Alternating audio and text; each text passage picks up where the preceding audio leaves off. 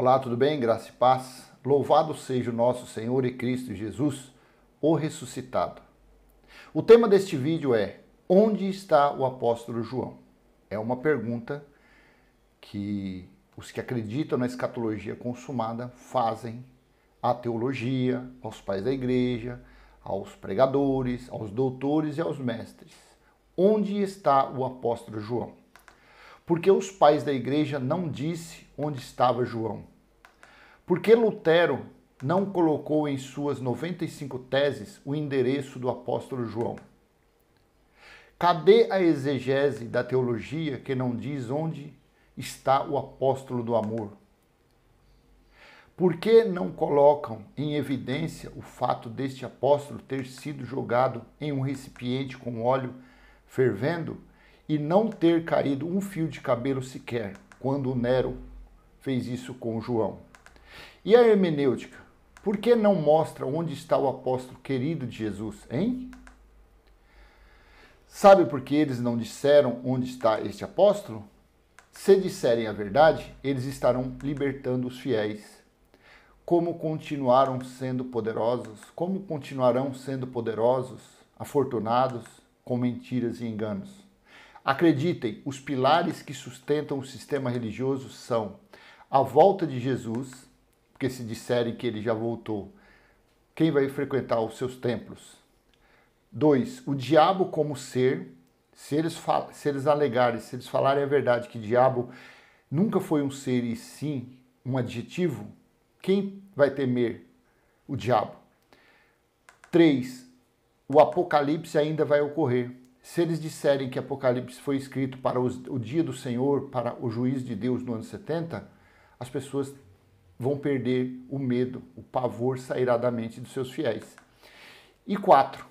Seus templos terrenos como casa de Deus. Se eles afirmarem, se eles disserem que Deus não habita em templos feitos por mãos de homens, mas sim no templo dele, que são as vidas, que são os espíritos dos eleitos, quem vai frequentar esses lugares chamados igrejas? São esses os pilares que sustentam a religião.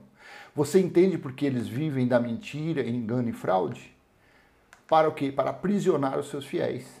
E com isso, os filhos e eleitos de Deus ficam a vida toda sob a doutrinas malignas de homens, costumes da lei de Moisés, práticas dos cerimoniais de Moisés, prática dos rituais da lei mosaica.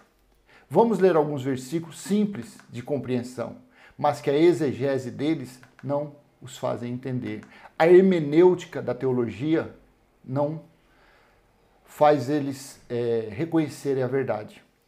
Livro histórico de João, capítulo 21, entre os versículos 15 e 23. Veja o que Jesus de Nazaré, nos dias de sua carne, disse a respeito da sua vinda. Versículo 15. João, capítulo 21, entre os versículos 15 e 23. Está assim no 15. Depois de terem comido, Jesus perguntou a Simão Pedro. Estou utilizando a versão NAA, Nova Almeida Atualizada. Simão, filho de João, você me ama mais do que estes outros me amam? Ele respondeu, sim, o Senhor sabe que eu amo. Jesus lhe disse, apacente os meus cordeiros. Versículo 16. Jesus perguntou pela segunda vez, Simão, filho de João, você me ama? Ele respondeu, sim, o Senhor sabe que eu amo. Jesus lhe disse, pastorei as minhas ovelhas. Versículo 17. Pela terceira vez, Jesus lhe perguntou, Simão, filho de João, você me ama? Pedro ficou triste por Jesus ter perguntado pela terceira vez, você me ama? E respondeu, o Senhor sabe todas as coisas, sabe que eu amo? Jesus lhe disse, apacente as minhas ovelhas. Versículo 18. Em verdade, lhe digo que, quando era mais moço, você se cingia, você se vestia e andava por onde queria. Mas quando você for velho, estenderá as mãos e outro o cingirá e o levará para onde você não quer ir. Versículo 19. Jesus disse isso para significar com que tipo de morte Pedro havia de glorificar a Deus. Depois de falar assim, Jesus acrescentou, siga-me. E no versículo 20, então Pedro, voltando-se, viu que o discípulo a quem Jesus amava vinha seguindo. Era o mesmo que, na ceia, havia se reclinado sobre o peito de Jesus para perguntar: Senhor, quem é o traidor? Versículo 21. Ao vê-lo, Pedro perguntou a Jesus: E quanto a este? Preste atenção, versículo 22. Jesus respondeu: Se eu quero que ele permaneça até que eu venha, o que você tem com isso? Quanto a você, siga-me. Vou ler novamente. Jesus respondeu: Se eu quero que ele permaneça, ele quem? O apóstolo João, o apóstolo que escreveu o livro de Apocalipse. Se eu quero que ele permaneça até que eu venha, tem versão que fala: se eu quero que ele permaneça vivo até que eu venha, o que você tem com isso? Quanto a você, siga-me. Então, no versículo 23, então se espalhou entre os irmãos a notícia de que aquele discípulo não morreria. Ora, Jesus não tinha dito que tal discípulo não morreria, mas se eu quero que ele permaneça até que eu venha, o que você tem com isso? Você achou difícil entender? Eu acho que não. Aqui está claro que Jesus estava falando para Pedro que ele voltaria outra vez. E o qual ele voltou dali a 37 anos. Ele voltou como juiz, voltou para julgar Israel, voltou para julgar o povo israelita, os descendentes dos que haviam sido tirados da escravidão do Egito. Porque Jesus de Nazaré, o Filho do Homem, veio para eles. Jesus disse: eu vim exclusivamente para os perdidos da casa de Israel. Assim aconteceu. Se Jesus não veio, amado, com quantos anos está esse apóstolo João? Acredito que você é uma pessoa inteligente, você tem os olhos, a mente aberta, você entendeu. Então, se Jesus não veio em juízo no ano 70 DC, ano 70 na primeira era cristã, então o apóstolo João está com quase 2000 anos. Está bem velhinho, não está? Que fique claro, nesta altura Jesus já havia ressuscitado. Jesus já havia ressuscitado no domingo. Jesus estava caminhando. Como o pastor presidente vai subir no local de sacrifício? Sim, porque local que tem altar é local de apresentar sacrifício, como estava na lei de Moisés. É um princípio, é o primeiro sinal que você vê quando você entrar num lugar chamado igreja.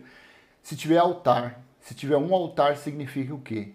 É um símbolo ali da lei mosaica. Altar era o local onde se apresentavam os sacrifícios. Infelizmente, isso daí, pleno século XXI, ainda continua. Vai falar aos seus fiéis que Jesus já voltou. Como o pastor presidente vai falar isso? Falar que Jesus já voltou? O apóstolo João foi mantido vivo até a volta do Filho do Homem para escrever o livro do Apocalipse. De todos os apóstolos, ele foi o único vivo separado para o dia do Senhor, como está em Apocalipse 1:10. A teologia, os estudiosos, nos rodapés das Bíblias de estudo, está que aquele dia, o dia do Senhor, era sábado ou domingo. Mentira. Mentira. Era o dia do Senhor. Havia chegado o dia da vingança. Havia chegado o juízo de Deus. Por isso que João diz, como testemunha de Jesus Cristo, ele estava na ilha de Patmos e foi arrebatado no dia do Senhor. No dia do Senhor. Chegou, Joel falou, Amós profetizou, Sofonias profetizou, Malaquias profetizou, Isaías disse, Paulo disse sobre o dia de Jesus, sobre o dia do Senhor. E ele chegou na geração do apóstolo do amor. Por isso que ele foi preservado vivo. Só uma observação, o livro de Apocalipse foi escrito para as 7 igrejas que se reuniam na Ásia. Eles aplicam o Apocalipse futurizando, ainda vai acontecer. Ele foi escrito exclusivamente para os 7 anjos, para as igrejas da Ásia Menor. Somente para eles, para avisar. João escreveu pelo Espírito para avisar os anjos das 7 igrejas o que estava acontecendo e o que aconteceria ainda dentro dos muros de Jerusalém. O que deve ser pregado às pessoas é que ele já veio e o seu reino espiritual já foi estabelecido dentro dos eleitos, que são seus filhos no Espírito.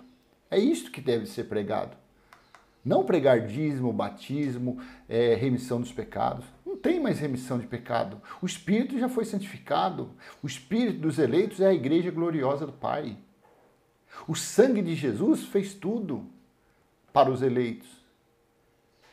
Como pode você precisar da mão de um pregador na sua cabeça, um óleo derramado, um copo de água abençoada, ungida, uma vassoura, um caroço de feijão, um caroço de arroz, um lenço?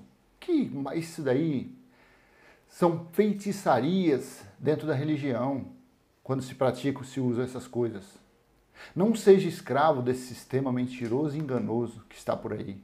Venha para a graça de Deus e seja um embaixador e uma embaixatriz de Cristo entre os cães. Seja um embaixador ou embaixatriz, levando a sã doutrina aos nossos irmãos eleitos que estão sendo tosquiados, enganados, que estão sendo feitos presas para muitos, não a maioria, porque tem muitas pessoas honradas, honestas nesse meio, só que infelizmente a revelação da sã doutrina ainda não os alcançou, ainda não chegou aos que têm o coração puro, o coração limpo, que eles são eleitos de Deus, que eles não precisam buscar nada para ser salvos, porque a salvação já ocorreu na parousia. Quando veio a parousia no ano 70, os eleitos, os espíritos dos eleitos, já foi justificado, santificado, remido, não há condenação nenhuma para os que estão em Cristo Jesus. Romanos capítulo 8, versículo 1. Já não há condenação nenhuma para os que estão em Cristo Jesus. O que pode acontecer é uma transgressão da carne, não pecado. 1 João 3,4. O pecado é a transgressão da lei. Era a transgressão da lei. Como a lei foi aniquilada, foi destruída, não existe mais a partir do ano 70 DC, o que ocorre hoje é a transgressão da lei, da carne. Então, quando você faz algo fora da curva, fora da linha do horizonte, o que acontece? A disciplina vem sobre você. Hebreus 12 fala: qual é o pai que não disciplina o filho quem ama? Então, quando a pessoa apronta alguma coisa, pode esperar que o papai bate e ele não erra a pancada. Deus disciplina quem ama. Agora, esse negócio de vou buscar a salvação, vou evangelizar, não precisa, meu amado. Você vai evangelizar o quê? Ah, mas está escrito em Mateus lá, 24, 14, que tem que pregar o evangelho. Aquele evangelho lá, o evangelho era para ser pregado, as boas novas, a vinda do reino de Deus, era para ser pregado até o ano 70, quando viria o juiz de Deus. Colossenses capítulo 1, versículo 6 e versículo 23 diz, o apóstolo gentil diz, que o evangelho foi pregado a toda criatura. Quem eram essas criaturas? Eram as pessoas daquela época que deveriam ouvir a vinda do reino, as boas novas, que o juízo iria acontecer no ano 70. Depois do ano 70, não existe mais juízo, porque o próprio Deus está dentro dos espíritos dos eleitos. A lei de Deus já foi imprimida, já foi escrita em nosso coração e em nossa mente. Não há mais nada que o homem possa fazer para salvar a sua alma, porque corpo e alma vão para o buraco quando se acabar. O que volta para Deus, o que volta para o Pai, porque é dele, Eclesiastes 12:7, é o Espírito. Esse negócio de, vamos salvar almas para Jesus, isso é uma balela. Salvar alma o quê? Quando a pessoa morre, quando a pessoa glorifica o Pai, se ele for um eleito, a carne volta ao pó, a alma se acaba, porque a alma são sentimentos, e o Espírito volta a Deus. Graça e paz, então, aprenda, estude essa doutrina e seja um embaixador de Cristo nesta terra, sabendo que Ele próprio, Cristo Espírito, está em nosso espírito, está nos conduzindo, está fazendo com que nós tenhamos uma vida de paz, que nós estejamos reinando em vida, nesta vida, e o porvir, a vida eterna no Espírito. Graça e paz, até a próxima, se Deus assim permitir. Tchau, tchau.